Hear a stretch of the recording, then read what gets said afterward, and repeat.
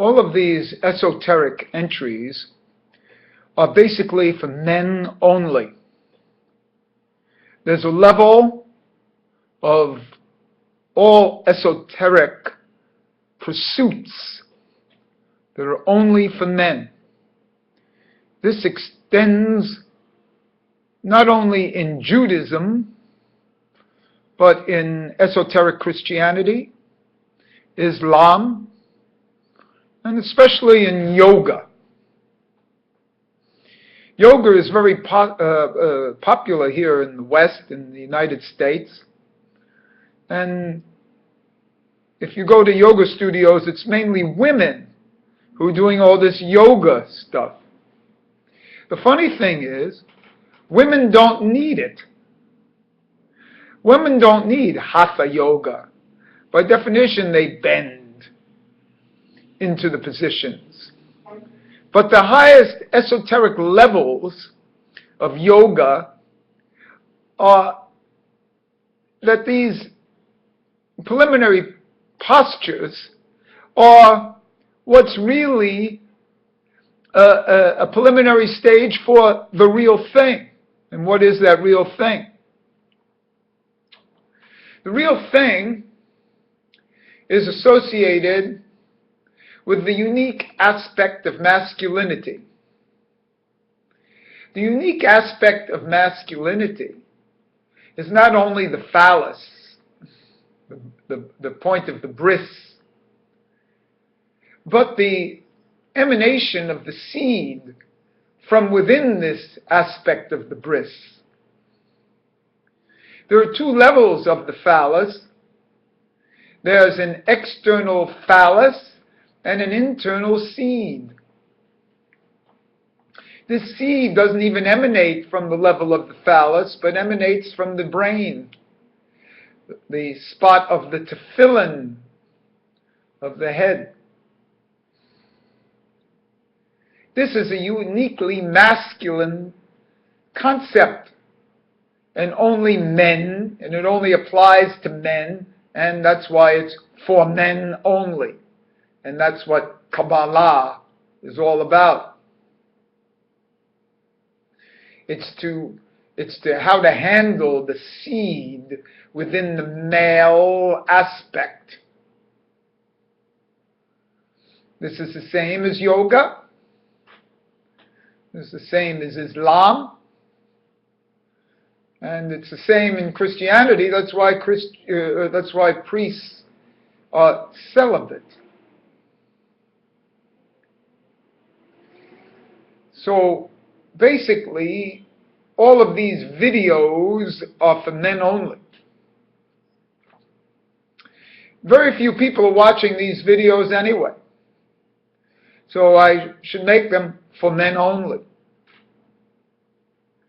As I pursue the physical world out in the secular society, I walk down the street and see that it's a feminine world.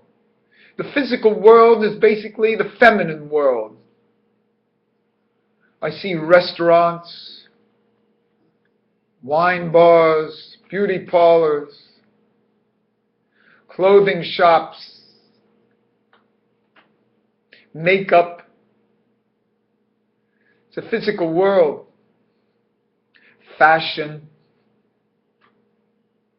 It's all for the physical. In the physical world, women are not only completely equal, this is their world. We're living in a feminine world. Of course there should be equality. Of course they should rise above and crown the masculine within the physical world. But there's a level that the feminine can never touch. And that's the seed within the bris. That's the envy of the feminine that will never attain. And that's the level of spirituality. The woman is physical. They may call themselves spiritual, but they're the epitome of the physical world. The carrying of the seed and the development of the seed, development of the spiritual within the physical. That's a woman's role. And nobody can do it better. The attachment of the woman to the child. That's why the seed languages, like Chinese, have the, when you say like ni hao, how is a woman with child, it's like good. The root languages and the root spellings of the letters.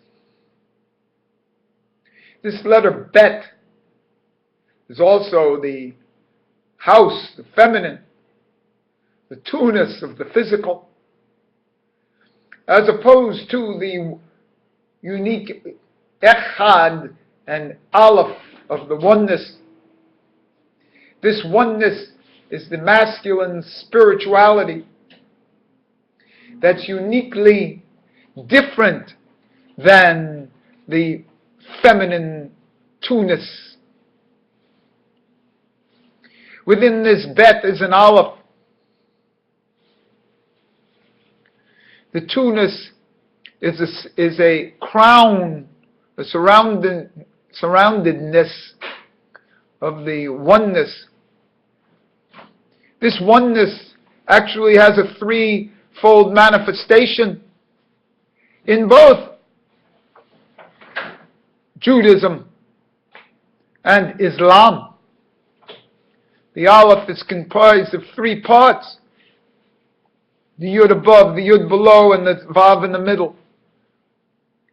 That yud comprises two yuds. The aleph comprises two yuds, which is a two-ness of the bet. But the uniqueness is the vav in the middle. And how we spell that vav. If we spell that vav just as a vav with a 6, it's Bereshis. Obviously the 6 symbolizes sex. If we spell the vav fully out, we have vav, aleph, vav. If that's a 13, an echad, a oneness that comprises 3 parts of 3 letters. And if we spell out the vav, aleph, vav, we get 13 for the first vav, 13 for the last vav, that's 26 right there, that's a yud k vav k, and 111 for the aleph spelled out, that's 137, so it returns, 137 is the gematria of Kabbalah. The vav itself is the masculine link. This is the unique masculinity of the vav.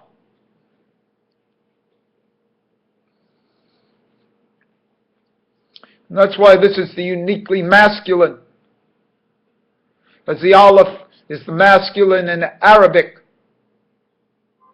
And so I ask you to learn the letters.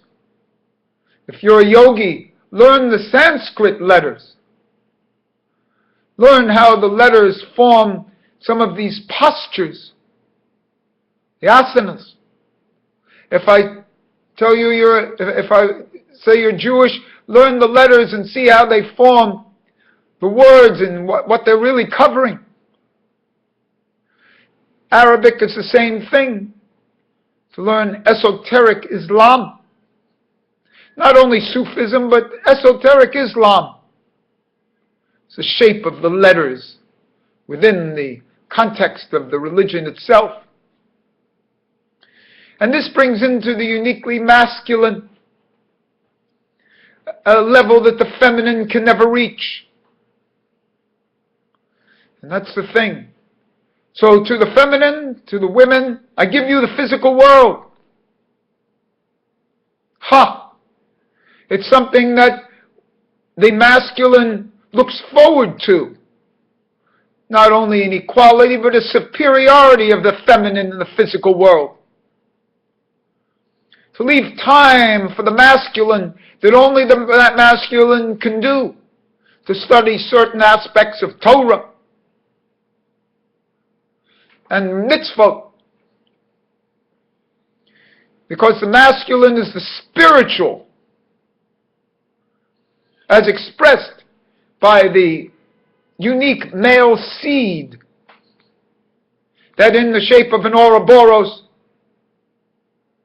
and autofellatio is the secret of many cultures. Prophetic Judaism positions, prophetic yoga positions, and is symbolic in the culture as the snake biting its own tail. Self-sufficiency,